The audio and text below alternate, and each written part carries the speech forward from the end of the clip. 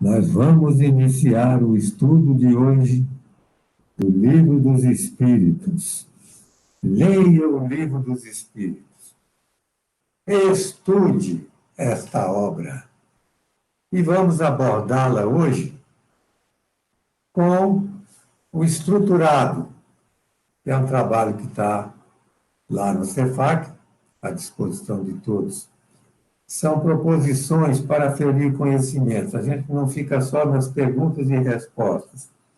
A gente faz uma proposição e procura raciocinar em torno dela, em seus diversos aspectos, atendendo às perguntas e às respostas do Livro dos Espíritos. Muito bem.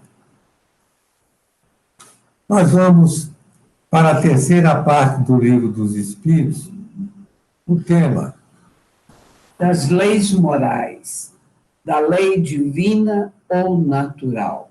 É o capítulo 1º. Interessante que o título dessa terceira parte é das leis morais. Mas o capítulo 1º não começa com essas leis morais que vocês estão vendo aí, as 10 leis morais. Começa com a lei divina ou natural. E, certamente, é importante começar por isso. E, realmente, as pessoas preferem ir direto nas leis morais, sem mergulhar no significado do capítulo 1º. E hoje nós vamos fazer uma passagem sobre ele. E aqui cabe uma pergunta. Qual o nosso compromisso com a lei natural? Você sabe dizer? Cumprimento, só pode, né? Só pode, né? Cumprir. Você tem a resposta para tudo mesmo. Pois é. Mas nós vamos ver essa resposta mais completa ao final, como o último slide desse estudo de hoje. O nosso compromisso com a lei natural. Ok? Uhum. Então, da lei divina ao natural, tem 4 subtítulos. Nós vamos trabalhar só este primeiro subtítulo. Caracteres da lei natural. Veja bem, hoje nós vamos fazer isso. Fevereiro, o 2º, em março, o 3º, em abril, o 4º. Sempre na primeira quarta-feira do mês. Para debulharmos bem o significado da lei divina ou natural. Tá certo? Muito bem. Então vamos andar. Caracteres da lei natural. O que significa caracteres? Sinais distintivos. E lei natural? A lei da natureza. Lei da natureza. Ainda bem que você sabe ler. Ai. É isso mesmo. Então, caracteres. Sinais distintivos. Para não ficarmos perdidos nas palavras, né? Então, vamos começar. Pergunta 614. Que se deve entender por lei natural? Você mesma pode responder. Lei natural é a lei divina. Lei divina. Sabe tudo, hein? É a lei A de Deus. resposta é essa. É a lei de Deus. É a lei de Deus. Bom, tem mais lei nesse mundo? Tem, né? Além da lei de Deus? Tem lei dos homens. Muito bem. Sabe tudo. As leis humanas são princípios suscetíveis de alteração, tanto no plano terrestre quanto no plano espiritual. Está escrito no livro E a Vida Continua. Fala do mentor Ribas. Então, vocês vejam que tem leis terrestres e leis no plano espiritual, que devem ser mais adiantadas, porque lá no mundo espiritual se enxerga mais longe, não é?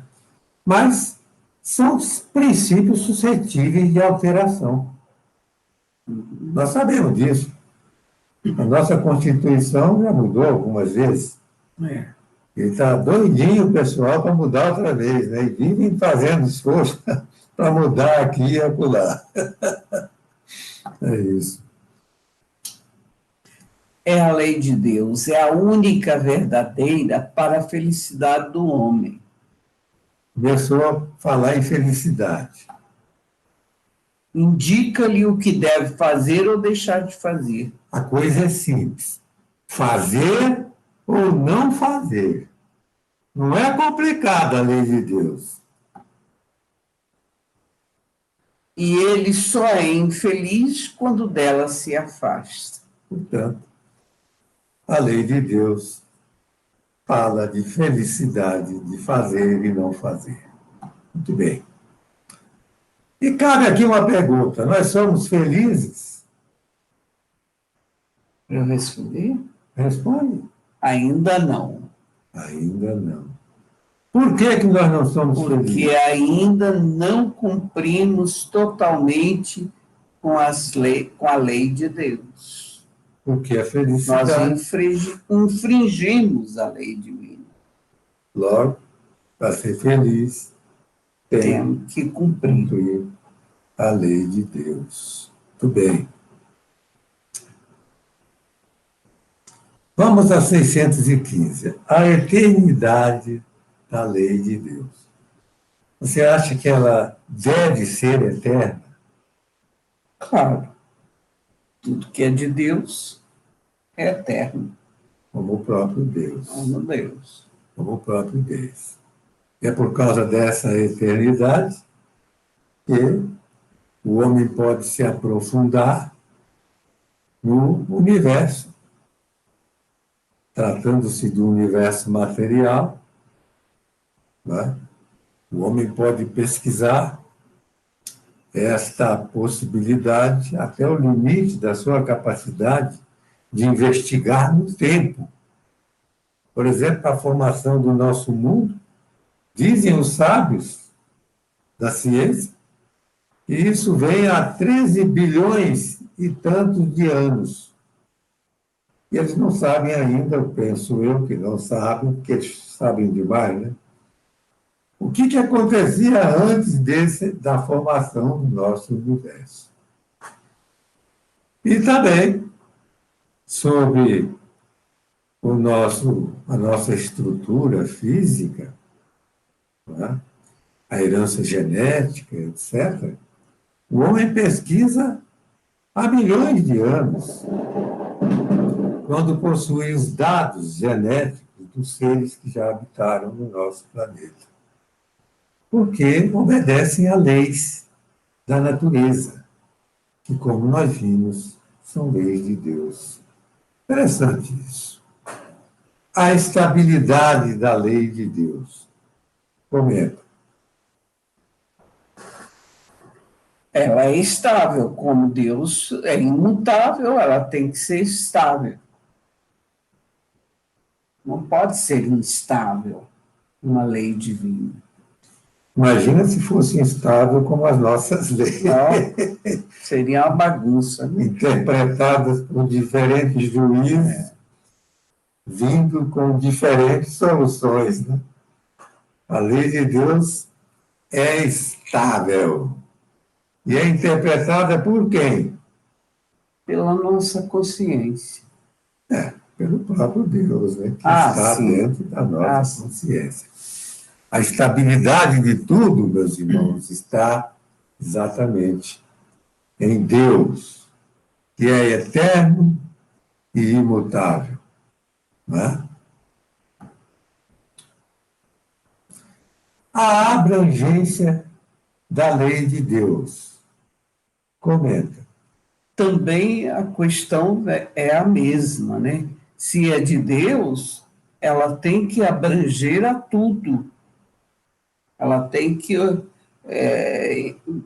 compreender e estar dentro e abranger a tudo, enfim. Esse tudo abrange as leis da natureza Física, espiritual, leis morais. Você está bem informada. Tanto as leis físicas quanto as leis morais. As leis da matéria e as leis da alma. As leis físicas são objeto da ciência. E as leis morais? Objeto da religião. São as leis da alma. Muito bem, agora uma questão. São aplicadas esses conhecimentos que o homem alcança ao estudar as leis da matéria, eles são aplicados?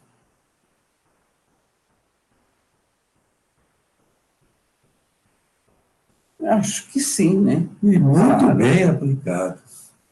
Podemos citar, do lado positivo dessas aplicações, que o homem já foi à Lua. Está querendo ir lá outra vez agora, novamente, daqui a 2 anos, parece. 2023. 2023. Está querendo ir a Marte lá para o final dessa década. Não é? E essas idas à Lua, a Marte, etc., tem uma repercussão imensa no progresso da ciência, com repercussões na área da saúde, aparelhamentos preciosos decorreram desses conhecimentos, dessas pesquisas, não é? Aplicados à medicina, à saúde humana, à engenharia das comunicações, etc. Então, as leis físicas são muito bem aproveitadas. Agora, e as leis da alma? São aplicadas? São aplicadas, não com tanto sucesso, né? E acho que muitas vezes preferimos ignorar, mas as leis da alma são aplicadas. São aplicadas. Mas, diríamos assim, não tanto quanto deviam ser. Exatamente. E uma questãozinha, quando elas devem ser aplicadas? Constantemente, em todos os instantes da vida. Nas nossas relações. Relações com quem? Com o próximo, consigo mesmo, com Deus. É isso mesmo. Com Deus, com o próximo e consigo mesmo. Eu trouxe esse slide do livro Evolução em 2 Mundos, porque quando a gente fala relações consigo mesmo, muita gente fica preso só nesse corpo físico vermelho aqui, pensando no corpo. Mas nós temos uma estrutura muito mais ampla do que a do corpo físico. E essa relação que nós somos responsáveis pela utilização dos recursos divinos em todas as áreas do nosso ser, abrangem o corpo mental, o perispírito, o duplo etérico e o nosso espírito propriamente dito. Então, amar a Deus sobre todas as coisas e ao próximo como a si mesmo, como resumo de toda a lei, Jesus ensinou, está aí, mostrando a importância do relacionamento consigo mesmo também, cuidando das vibrações, dos sentimentos, das emoções, ampliando a capacidade do corpo mental de conhecer as coisas, o mundo, a filosofia, a ciência, a própria religião, etc. Isso tudo, além de cuidar do corpo físico, que é um dos instrumentos da nossa responsabilidade. Agora, nossa relação com Deus e com o próximo, eu nem vou comentar. Nem vou comentar, porque acredito que todos podem deduzir. A possibilidade do homem nelas, nestas leis, se aprofundar. Comenta. O estudo, o desenvolvimento da intelectualidade vai aprimorando as possibilidades de compreensão dessa abrangência, não é? Também a evolução moral abre portas para essa compreensão. Exatamente. Uma pergunta que a gente pode fazer, mas isso é necessário aprofundar nessas leis? Claro, é conhecimento. Nós vamos conhecer Deus sem conhecer as suas leis? Aliás, nós conhecemos Deus através das leis dele, né? Porque conhecer Deus diretamente, nós não temos ainda a menor ideia do que seja Deus. Né? Então tem que aprofundar. Bom, vamos lá. Necessidade do homem nas leis de Deus se aprofundar. A gente viu isso na segunda ordem, na classificação dos espíritos. Essa necessidade aparece aqui. Segunda ordem são os espíritos que compreendem Deus, que são benévolos, os da ciência, sabedoria e os superiores. Agora, veja bem, os benévolos, eles têm que ter muito conhecimento moral, e esse conhecimento moral é maior do que o conhecimento intelectual deles. Né? Os da quarta classe. Ao contrário, os da ciência, o conhecimento maior do que conhecimento moral. De sabedoria. Tem que ser igual, moral elevada. Moral muito elevada. Mas ele tem que absorver o conhecimento desses anteriores. Ele tem que ter desenvolvimento intelectual, de ciência, moral, suficiente para ter uma moral elevada. E os superiores? Aí ele tem conhecimento de tudo, da sabedoria, da ciência, da bondade. São aqueles que já veem, compreendem a lei divina na sua plenitude. Né? Você, um dia vai chegar na categoria do superior? Vou sim. Se Deus quiser. E os que estão nos ouvindo vão chegar também? Todos nós. Olhando para esse mapa, nós podemos concluir, portanto, que todos devemos, sim, temos necessidade de nos aprofundar na ciência e no conhecimento moral. Temos necessidade. É a resposta a essa questão. Bom, a possibilidade do homem se aprofundar nesses conhecimentos, nós podemos ver no livro Consolador, que fala das ciências humanas e das ciências da matéria, etc., cujo resumo eu fiz aí nesse mapa, e nós já temos no nosso mundo uma condição de penetrar nestas coisas. Existem universidades, escolas e tal, professores, via internet, via presencial, etc., que nos abrem o caminho desses conhecimentos. Isso é muito importante. Já temos essa possibilidade de mergulhar nesses conhecimentos. Por isso que a espiritualidade vive dizendo, vocês têm que estudar, meus irmãos. E nós fazemos cursos incessantes no Cefac, de todos os níveis de estudos. Não é? Nós estudamos até o livro Evolução em Dois Mundos, né? E mecanismos de mediunidade, que não é fácil, não, né? Muito bem. O Dr. Cid é o instrutor desses cursos aí.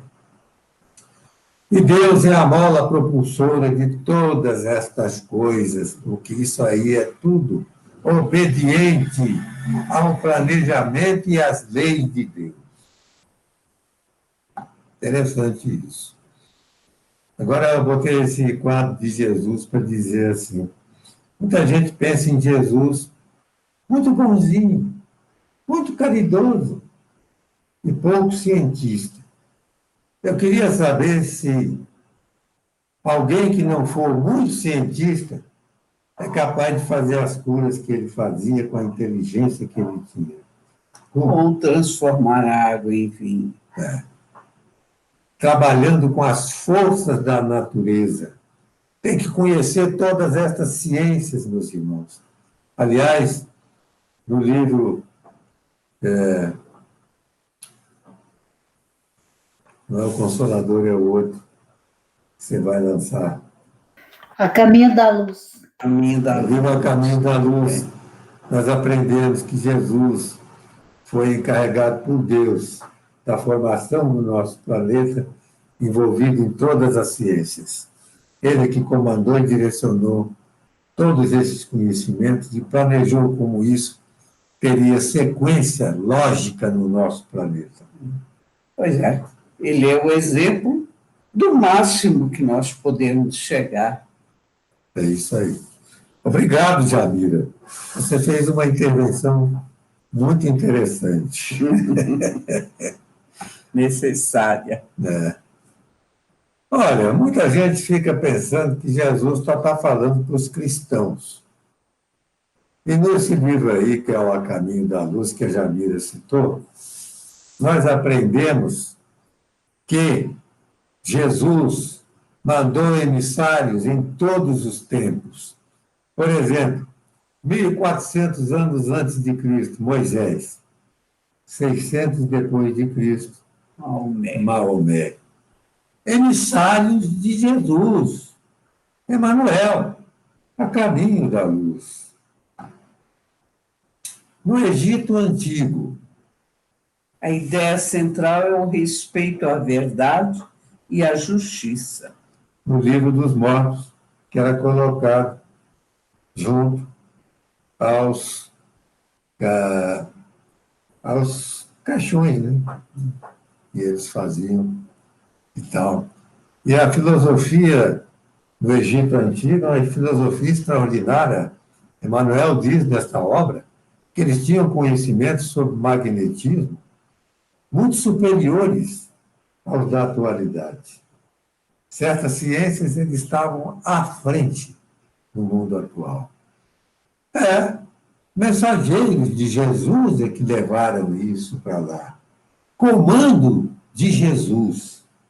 3.000 anos antes de Cristo ou mais da sua história. Na Índia, cita Vyasa, como instrumento das lições do Cristo, 6.000 anos antes de Cristo. Está escrito isso lá por Emmanuel, 6.000 anos antes de Cristo. Ele é, segundo as traduções que temos, o autor do Bhagavad Gita, livro sagrado, né? Que é uma consequência das canções Vedas, dos Upanishads. E o Krishna é aquele espírito, né, maravilhoso que está, inclusive, no Bhagavad Gita, que é o mentor, né, na nossa linguagem, do Arjuna. Lembra que instruía o Arjuna? O Buda, mensageiro de Jesus. Então, você imagina esses povos aí da Índia, hoje dizem que tem 3 bilhões de habitantes. Esses povos todos seguem filosofias cujas raízes profundas estão nas religiões que os emissários de Jesus é que conduziram e levaram para eles. O povo de Israel nós todos conhecemos. Moisés e os profetas, aquela série imensa que está na Bíblia, no Velho Testamento. Na China, Forri, 3.000 anos antes de Cristo, ciências religiosas dos trigramas duplos citados por Emmanuel, como um dos mensageiros maravilhosos de Jesus. A tradição dizia que ele nasceu de uma virgem.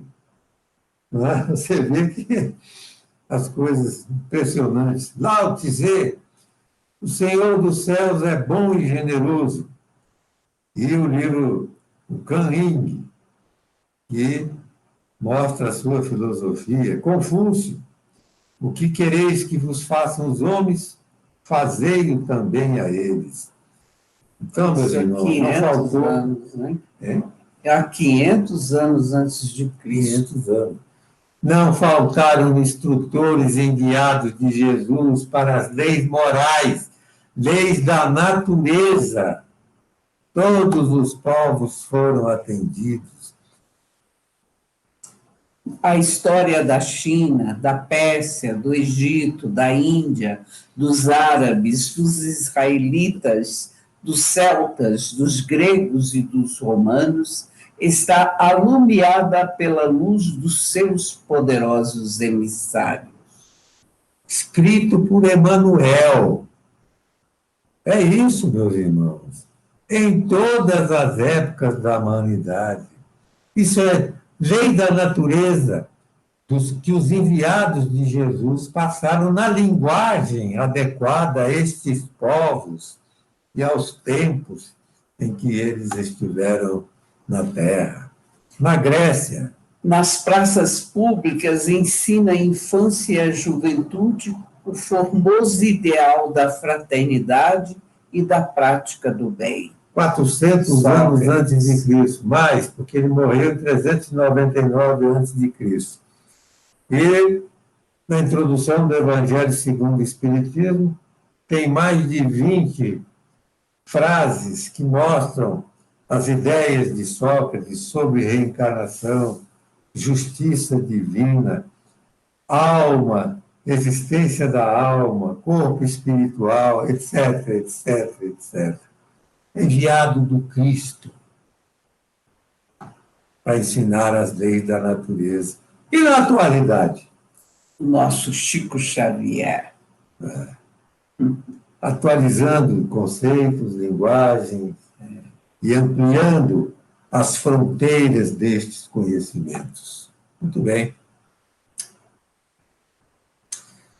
E a 618, a possibilidade das leis de Deus se adequarem aos diferentes mundos. Aí tem uma imagem bem sugestiva. Você acha que tem mundos em que os encarnados de lá podem voar? Acho, acredito. Embora a gente não consiga fazer uma ideia real sobre o tipo de corpos que eles usam, né, isso está longe do nosso conhecimento, mas eu acredito que é possível sim, está dentro das possibilidades das leis de Deus. Exatamente, as leis de Deus são eternas e imutáveis. Mas, leia. A razão está a dizer que devem ser apropriadas à natureza de cada mundo e adequadas ao grau de progresso dos seres que os habitam. Vamos ver um exemplo da lei moral, que é lei da natureza, não é? Adequada ao grau de progresso do planeta Terra. Vamos ver.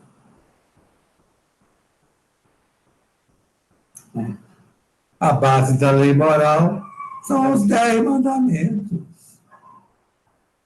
É base da religião, da justiça, do direito, de todos os povos e de todos os tempos, afirma Allan Kardec e Emmanuel confirma na sua obra. Indica o que deve ser fazer ou deixar de fazer. Simples. Faça isso. Não faça isso. Faça isso. Não faça isso. Como 10 mandamentos, abrangendo certas atividades do homem.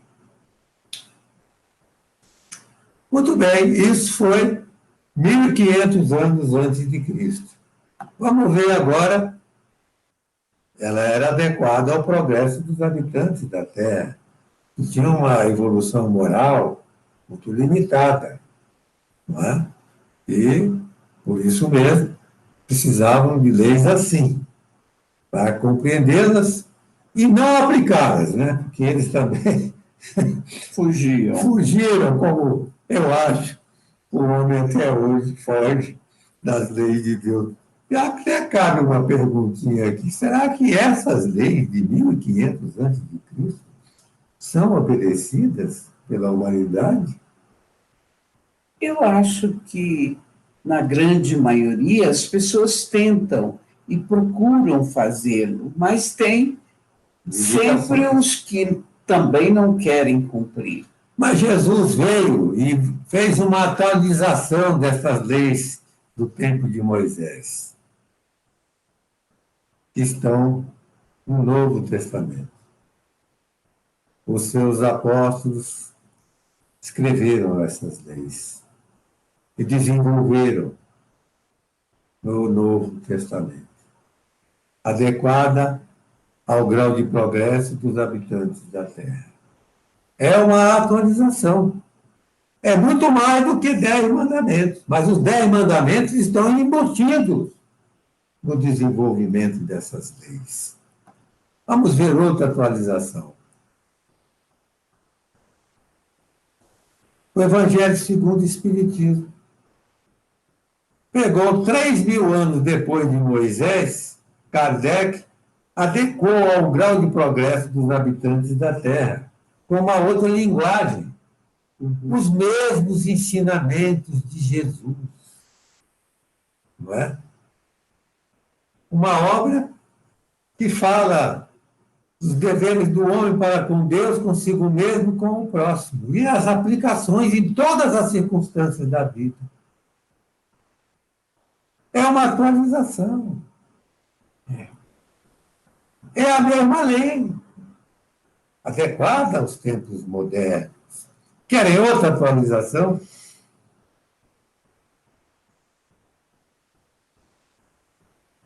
A parte terceira das leis morais do Livro dos Espíritos, adequadas ao grau de progresso da filosofia, do pensamento humano, que andou por diversas áreas, da sociologia, ciência da comunicação das criaturas entre si, das relações humanas, relações entre os povos, com os objetivos mais diversos, incluindo os interesses de toda a ordem.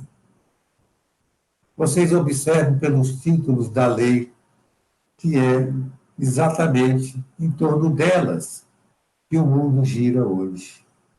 E não foi à toa que Emmanuel coloca na questão 59 que o Espiritismo é o grande iniciador da sociologia, porque incluiu a realidade do mundo espiritual.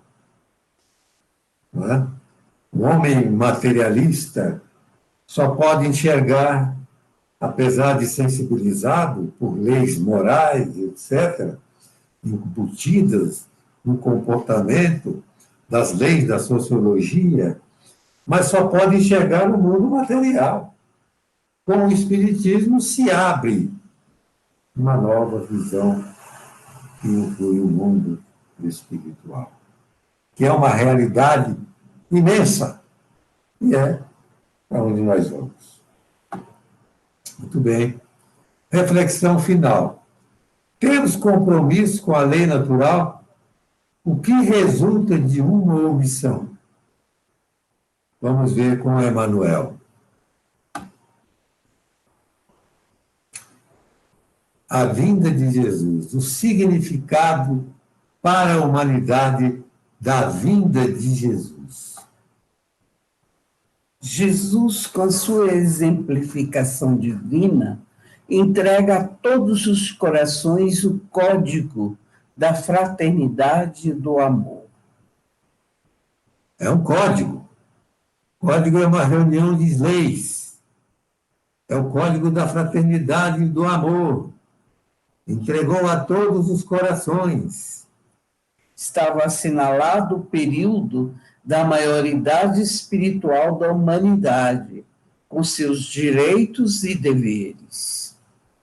Com a vinda de Jesus, Então, com esse código divino, nós não somos mais crianças. Nós somos adultos perante a lei.